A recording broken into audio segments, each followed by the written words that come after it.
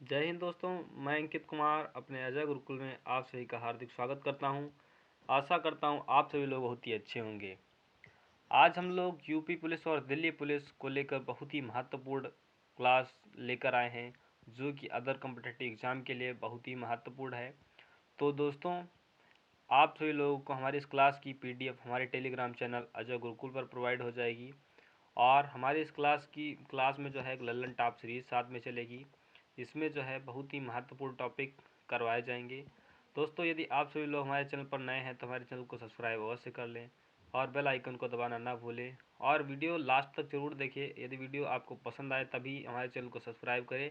अगर आप सभी को क्वेश्चन अच्छे ना लगे तो सब्सक्राइब बिल्कुल भी ना करें। दोस्तों, शुरू करते हैं अपनी क्लास की शुरुआत आज के मोटिवेशन कोट के साथ। आज का मोटिवेशन कोट हमारा है, कह रहा है, उम्र थका नहीं सकती, ठोकरें गिरा नहीं सकती। उम्र थका नहीं सकती, ठोकरें गिरा नहीं सकती। अगर जिद हो जीतने की तो परिस्थितियाँ भी हरा नहीं सकती। यदि जिद हो जीतने की तो परिस्थितियाँ भी हरा नहीं सकती। उम्र थका नहीं सकती, ठोकरें गिरा नहीं सकती। अगर जिद हो जीतने की तो परिस्थितियाँ भी हरा नहीं सकती। दोस्तों, परिस्थितियाँ चाहे कैसी भी उनसे हमें घबराना बिल्कुल भी नहीं है और अपने लक्ष्य की ओर लगातार बढ़ते रहना है। तो दोस्तों, इसी के साथ हम अपनी क्लास की शुरुआत करते हैं। देखते हैं आज का पहला प्रश्न हमारा दिया गया, कह रहा है, which religion is practised by the least number of people in Uttar Pradesh. कह रहा है, उत्तर प्रदेश में किस धर्म के अनुयायी सबसे कम है। तो दोस्तों, यहाँ पर इस्लाम धर्म, हिंदू धर्म, पारसी धर्म या बुद्ध धर्म। तो दोस्तों, इसका राइट आंसर हो जाएगा हमारा पारसी धर्म। राइट आंसर हो जाएगा हमारा सी। कौन सा हो जाएगा? पारसी धर्म। दोस्तों, फर्स्ट नंबर पर क्या आता है? दोस्तों, हिंदू धर्म पहले नंबर पर आता है, हिंदू। उससे कम मुसलमान, मुस्लिम। उससे कम मुस्लिम। मुस्लिम के बाद में आता है हमारा सिख। सिख के बाद में हमारा आता है ईसाई। ईसाई के बाद में आता है हमारा जैन। जैन के बाद में आता है हमारा बौद्ध। और बौद्ध के बाद में पारसी।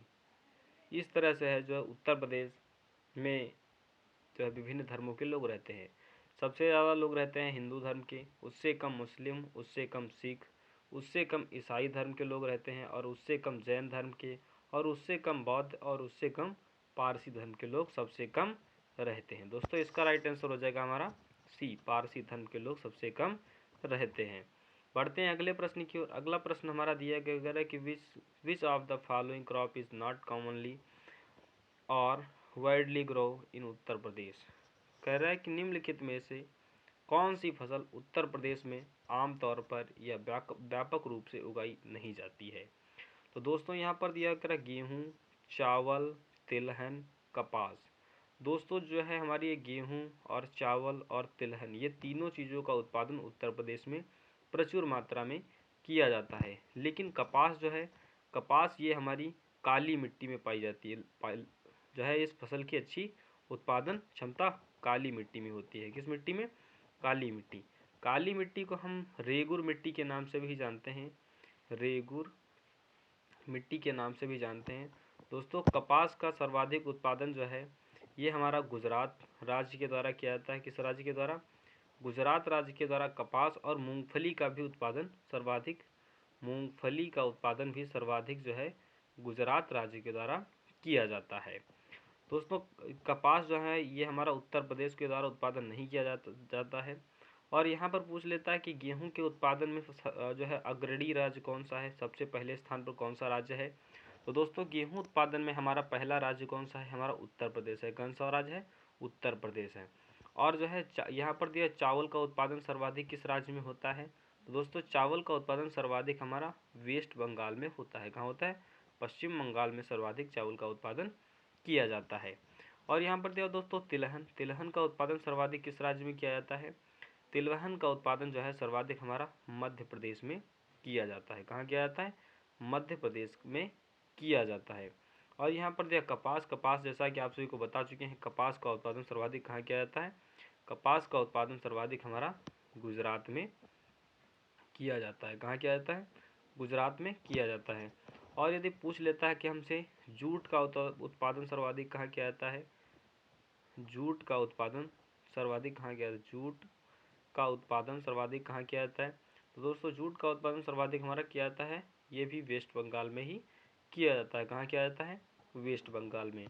और यदि पूछ लेता है कि मोटे अनाज सर्वाधिक कहाँ उगाए जाते हैं, मोटे अनाज पूछ लेता है, मोटे अनाज सर्वाधिक किस राज्य में उगाए जाते हैं, तो दोस्तों मोटे अनाज ये हमारे राजस्थान में मोटे अनाज, ज्वार बाजरा ये आदि जो है ये सर्वाधिक राजस्थान में उगाए जाते हैं। फसलों की अच्छी पैदावार होती है। दोस्तों यदि पूछ लेता है कि क्षेत्रफल के हिसाब से या जो है सर्वाधिक उत्पादन में राज्य, तो हमारा हो गया उत्तर प्रदेश। और जो है प्रति एकड़ के हिसाब से ये पंजाब में सर्वाधिक उत्पादन किया जाता है। कहाँ किया जाता है, पंजाब में प्रति एकड़ के हिसाब से सर्वाधिक उत्पादन पंजाब में किया जाता है। तो दोस्तों इसका राइट आंसर हो जाएगा हमारा डी जो है, कॉटन का उत्पादन जो है उत्तर प्रदेश में प्रमुख तौर पर नहीं किया जाता है। दोस्तों पढ़ते हैं अगले प्रश्न की ओर। अगला प्रश्न हमारा दिया गया है, कह रहे हैं कि which of the following leader was called Netaji. कह रहे निम्नलिखित में से किस नेता को नेताजी कहा जाता था। यहाँ पर ऑप्शन ए में दिया गोपाल कृष्ण गोखले, या सुभाष चंद्र बोस, या मोहम्मद अली जिन्ना, या महात्मा गांधी। तो दोस्तों इसका राइट आंसर हो जाएगा हमारा बी, सुभाष चंद्र बोस को जो है नेताजी के नाम से भी जाना जाता है। किस नाम से, नेताजी के नाम से जाना जाता है। यहाँ पर मोहम्मद अली जिन्ना को हम किस नाम से जानते हैं, दोस्तों मोहम्मद अली जिन्ना को जो है हम कायदे आजम, किस नाम से, कायदे आजम के नाम से जो है मोहम्मद अली जिन्ना को हम कायदे आजम के नाम से भी जानते हैं। यहाँ पर दिया महात्मा गांधी को हम और किन नामों से जानते हैं, बापू, राष्ट्रपिता,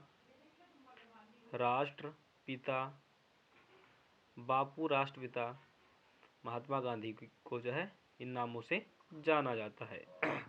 और यहाँ पर दिया गोपाल कृष्ण गोखले, ऑप्शन ए में दिया गोपाल कृष्ण गोखले, जो थे ये महात्मा गांधी के राजनीतिक गुरु, महात्मा गांधी जी के राजनीतिक जो है गुरु थे। कौन, ये हमारे गोपाल कृष्ण गोखले जो थे नेताजी जो है इनके महात्मा गांधी जी के जो है राजनीतिक गुरु थे। बढ़ते हैं दोस्तों अगले प्रश्न की ओर। अगला प्रश्न हमारा दिया गया कर रहा है कि Champaran Satyagraha took place in 1917 in of state.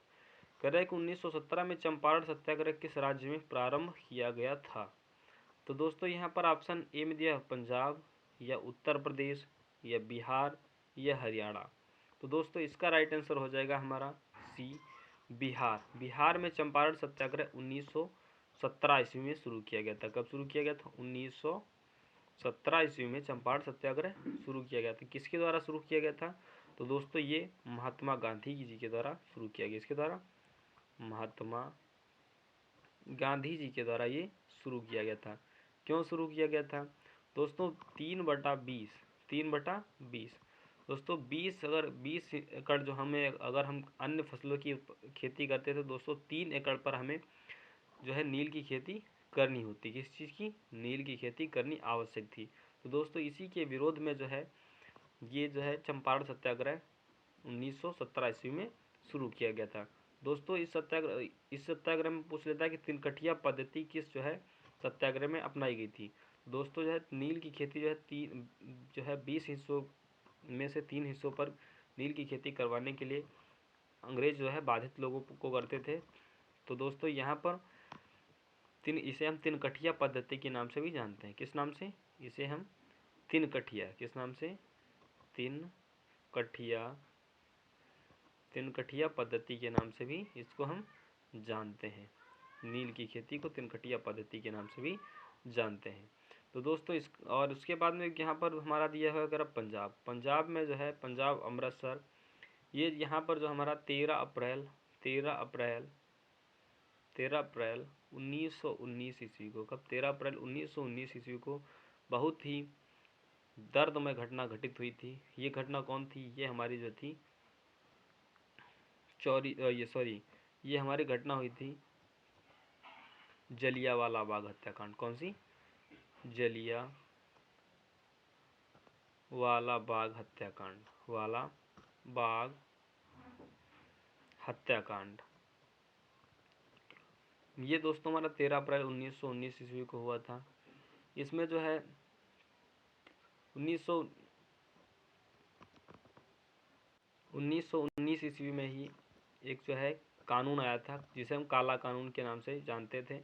ये जो है हम भारतवासी इसे काला कानून के नाम से जानते थे, लेकिन जो है अंग्रेज़ों ने इस कानून को नाम दिया था रॉलेट एक्ट। कौन सा?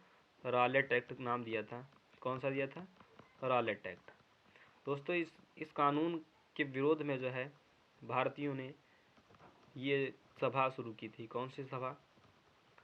जलियांवाला बाग में एक सभा इकट्ठी हुई थी दोस्तों। उसी में जो है माइकल जर्नल ओडायर ने जो है निहत्थे भारतीयों पर गोलियां चलवा दी थी। तो दोस्तों उसी में जो है ये हमारी एक दर्दनाक बहुत ही घटना हुई थी 13 अप्रैल 1919 को, जलियांवाला बाग हत्याकांड। इसमें जो है काला कानून था, उसका मतलब ये था ना अपील, ना दलील और ना वकील। दोस्तों ये हमारी जलियांवाला बाग हत्याकांड की प्रक्रिया रही थी। दोस्तों यहाँ पर दिया उत्तर प्रदेश। उत्तर प्रदेश में एक बहुत ही महत्वपूर्ण घटना घटी थी। ये घटना हमारी कौन थी? ये हमारी घटना थी चौरी चौरा। चौरी चौरा, ये हमारी घटना 4 फरवरी 1922 ईस्वी की है। गोरखपुर उत्तर प्रदेश की है। दोस्तों इसमें जो है भारतीयों ने अंग्रेज़ों की जो है एक चौकी को जला दिया था, जिसमें जो है बहुत सारे कुछ अंग्रेज़ भी मारे गए थे। दोस्तों ये हमारा एक 1920 ईस्वी में एक असहयोग आंदोलन शुरू किया गया था। कौन सा? 1920 ईस्वी में असहयोग आंदोलन शुरू किया गया था। इस असहयोग आंदोलन को 4 फरवरी 1922 ईस्वी के बाद महात्मा गांधी जी ने इसको शुरू किया था और इसको 1922 ईस्वी में इस घटना के बाद स्थगित कर दिया था। तो दोस्तों इसके बाद में इसके आगे इसका राइट आंसर हमारा चंपारण सत्याग्रह बिहार हो जाएगा। राइट आंसर सी हो जाएगा। बढ़ते हैं अगले प्रश्न की ओर। अगला प्रश्न हमारा दिया गया कर रहा है कि सिपाही विद्रोह किस वर्ष शुरू हुआ? सिपाही विद्रोह किस वर्ष शुरू हुआ? तो दोस्तों यहाँ पर दिया अगर 1920 या 1957 या 1935 या 1942, सॉरी 1842। दोस्तों यहाँ पर इसका राइट आंसर हो जाएगा हमारा बी, 1857 ईस्वी को। 1857 ईस्वी में जो है सिपाही विद्रोह हुआ था। ये दोस्तों क्यों हुआ था? ये 1857 ईस्वी की बात है। 1857 ईस्वी की बात है। इस समय अंग्रेज़ों ने जो है भारतीयों को जो है शासन यहाँ तो करते ही थे, और यहाँ भारतीय जो थे इनके सिपाही हुआ करते थे। तो दोस्तों अंग्रेज़ों ने जो है इनकी अपनी बंदूक में जो है गाय और सूअर की चर्बी का इस्तेमाल करना शुरू किया गया था।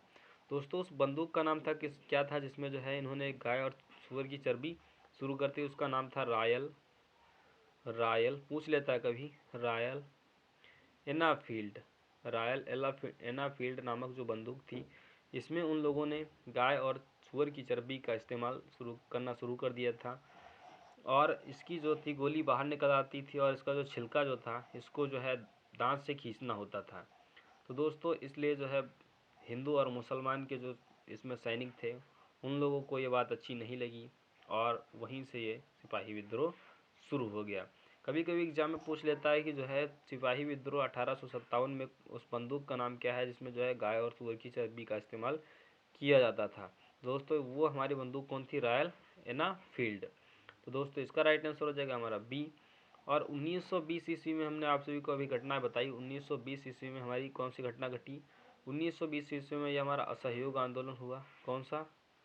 असहयोग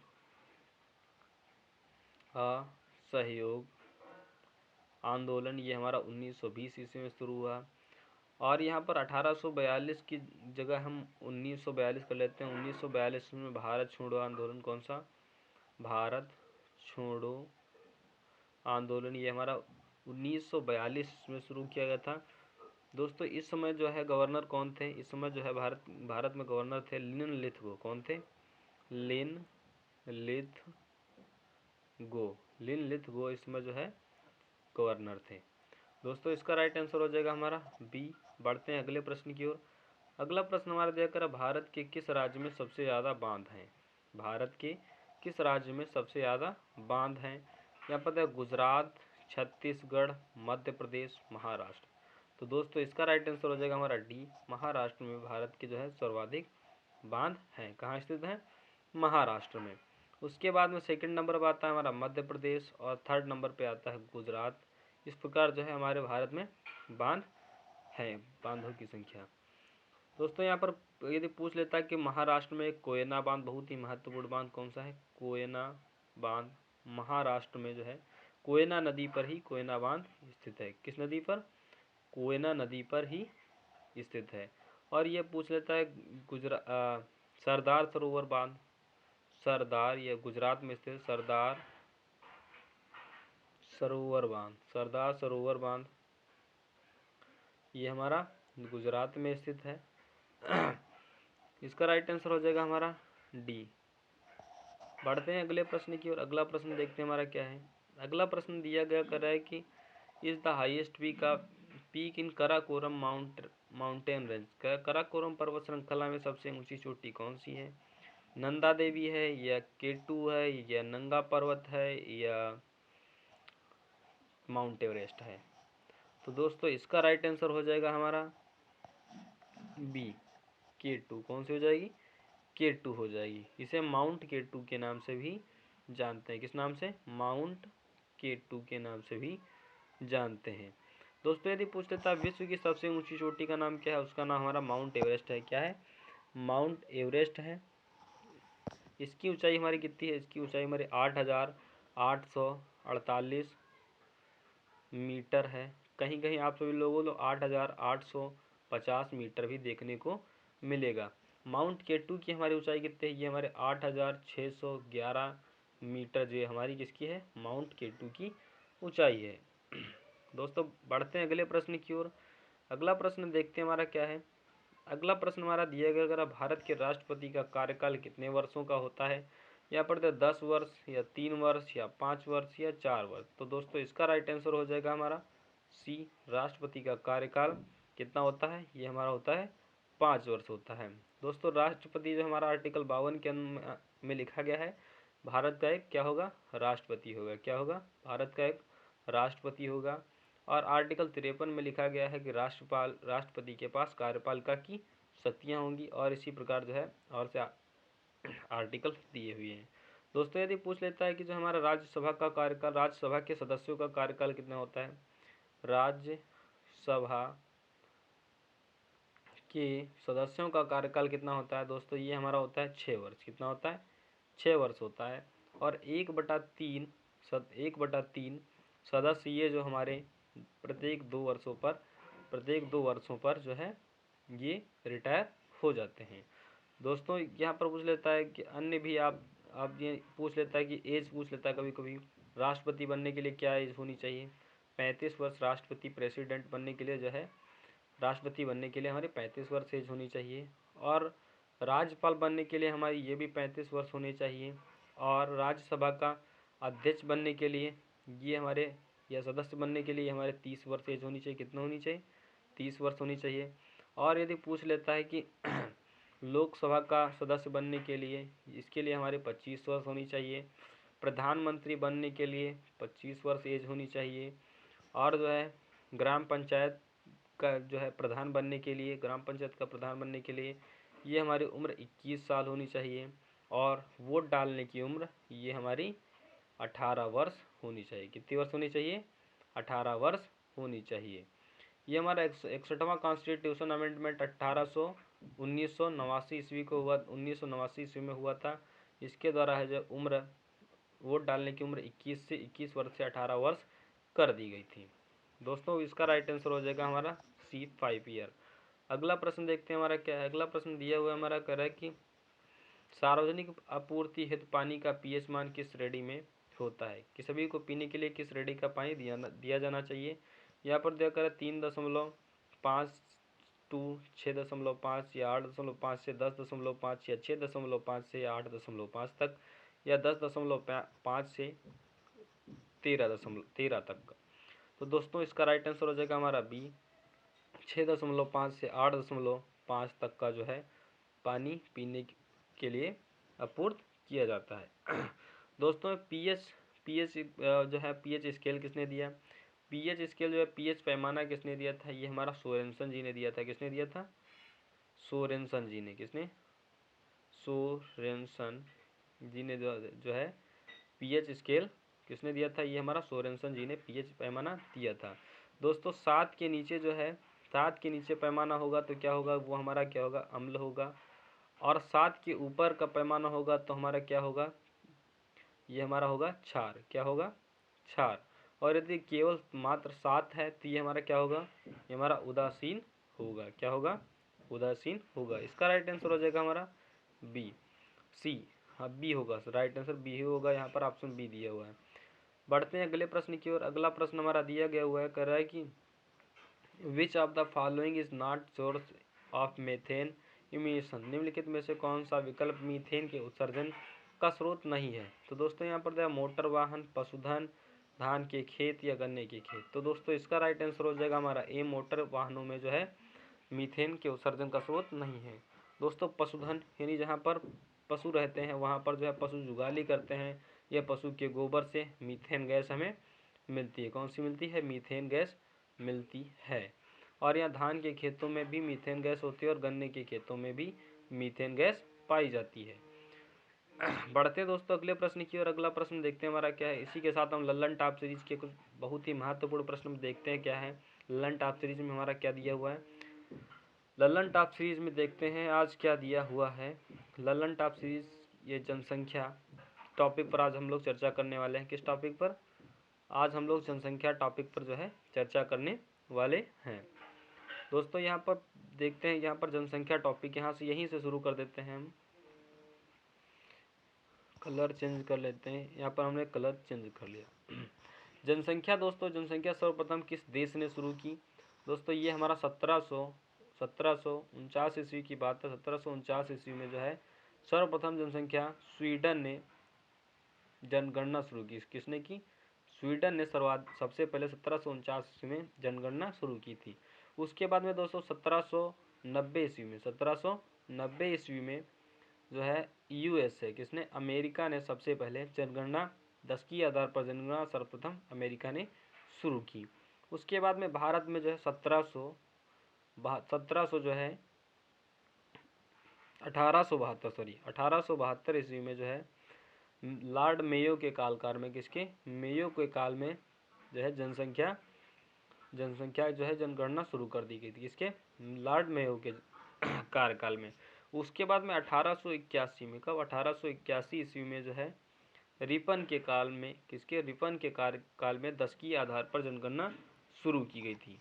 किसके आधार पर? 10 की आधार पर रिपन के कालकाल में शुरू की थे। बहुत ही महत्वपूर्ण प्रश्न है। 1749 में सर्वप्रथम जनगणना जो है स्वीडन में और यूएसए में, उसके बाद में 10 की आधार पर। उसके बाद में जो है भारत में 1872 ईस्वी में लॉर्ड मेयो के कार्यकाल में जनगणना शुरू हुई थी। और उसके बाद में 1881 में रिपन के कार्यकाल में 10 की आधार पर जनगणना शुरू की गई थी। दोस्तों स्वतंत्रता के बाद में पूछ लेता है, स्वतंत्रता के बाद, किसके बाद? स्वतंत्रता के बाद जनगणना जो है कब शुरू हुई?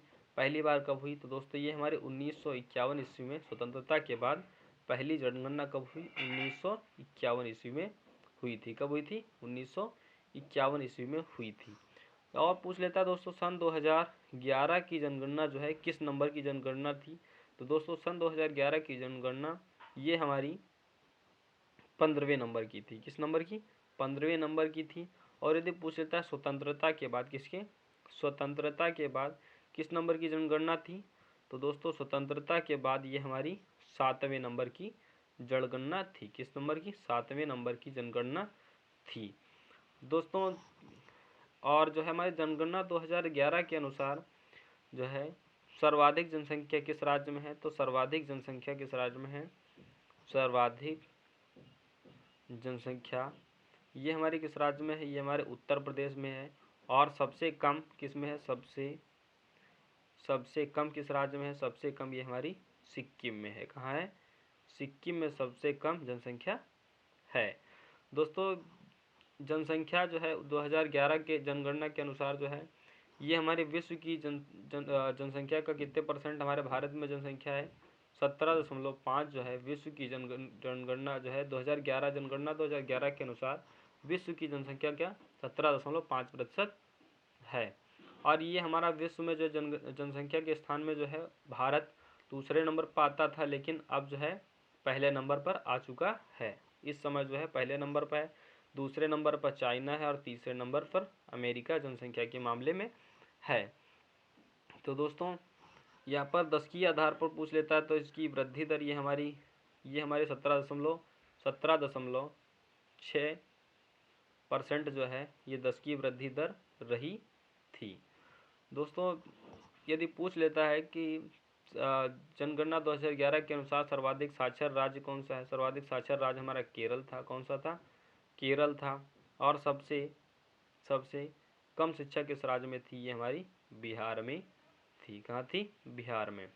दोस्तों समय हो रहा है क्लास समाप्त करने का। दोस्तों ये पॉइंट आप सभी को आज के वीडियो में इसमें बताए गए हैं, और जो कुछ टॉपिक छूट गए हैं जनगणना के जो है कुछ टॉपिक ये जो है हम कल चर्चा करेंगे। इस मुद्दे पर जो है कल अध्ययन करेंगे। जो प्रश्न बचे हैं आप सभी लोगों को कल प्रोवाइड किए जाएंगे। तो दोस्तों आज के लिए इतना ही, और आप सभी को क्लास कैसी लगी कमेंट बॉक्स में लिखना ना भूलें। और दोस्तों यदि आप सभी को हमारी क्लास पसंद आ रही हो तो वीडियो को लाइक और चैनल को सब्सक्राइब करना ना भूलें। और दोस्तों आप सभी लोगों के लिए होमवर्क के लिए एक प्रश्न दे रहे हैं कि जो है क्षेत्रफल की दृष्टि से सबसे छोटा राज्य कौन सा है? सबसे छोटा राज्य कौन सा है? छोटा राज्य कौन सा है? ये इस प्रश्न का आंसर आप लोग कमेंट बॉक्स में देना है। दोस्तों आज के लिए इतना ही, कल फिर मिलेंगे। जय हिंद।